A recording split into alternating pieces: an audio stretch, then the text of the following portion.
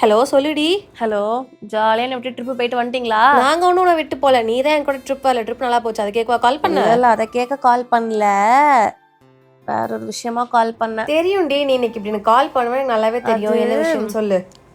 அன்னைக்கு நான் வந்தப்போ ஒரு சொன்னல, என் எதிர் வீட்டில் ஒரு பையன் இருக்கான் அப்படின்னு சொல்லிட்டு. திருட்டு ஃபோட்டோ எடுத்து அவனை அனுப்பிச்சிருந்தேன். அவனுக்கு என்னாச்சு? அவனுக்கு எதாவது ஆகல, அவன் நல்லா தான் இருக்கான். எனக்கு தான் ஏதோ பண்ற மாதிரி இருக்கு. ஏதோனா புரியல. அவன் கிட்ட இப்பதான் பேச ஆரம்பிச்சிருக்கேன். ஒரு மாதிரி ரொம்ப ஒரு நல்ல பையனா தெரியறான். நல்ல ஒரு ஃப்ரெண்ட்லி ஜாலி டைப்பா.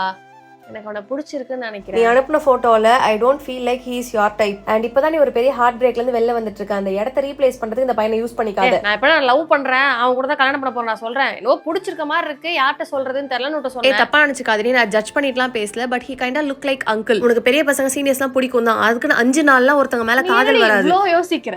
லுக், நான் உன் நல்லதுக்கு தான் சொல்றேன். உனக்கு அங்க போர் அடிக்குது, அந்த பையன் கூட பேசிட்டு இருக்க, அவன் நல்ல பையனா இருக்கான்றதுக்காகலாம் அவன் மேல ஃபீலிங்ஸ் வரதை வந்து சீரியஸா எடுத்துக்காத. நீ ஒரு டிபிக்கல் சிட்டிகள், உனக்கு இந்த வில்லேஜ்ல இருக்கவங்க செட்டே ஆகாது. எதுவுமே பண்ணல, உன்கிட்ட போய் சொல்ல வந்தேன். நல்லதுக்கு தான் சொல்றேன், நீ வேணா கேட்டுக்கோ, உன் இஷ்டம். வைக்கிறேன். என்னை பொறுத்த வரைக்கும் ஒருத்தவங்களோட ஃபேஸோட கேரக்டர் தான் ரொம்ப முக்கியம்னு நினைப்பேன். ஆனால் பானு சொல்கிற மாதிரி 5 டேஸில் எனக்கு ஒரு பையனை பிடிச்சிருக்கு, அதுக்காக அவன் கூட பேசணும்னு நினைக்கிறதுலாம் தப்பு தான். மேபி நான் தப்பு பண்ணிட்டு இருக்கணும்.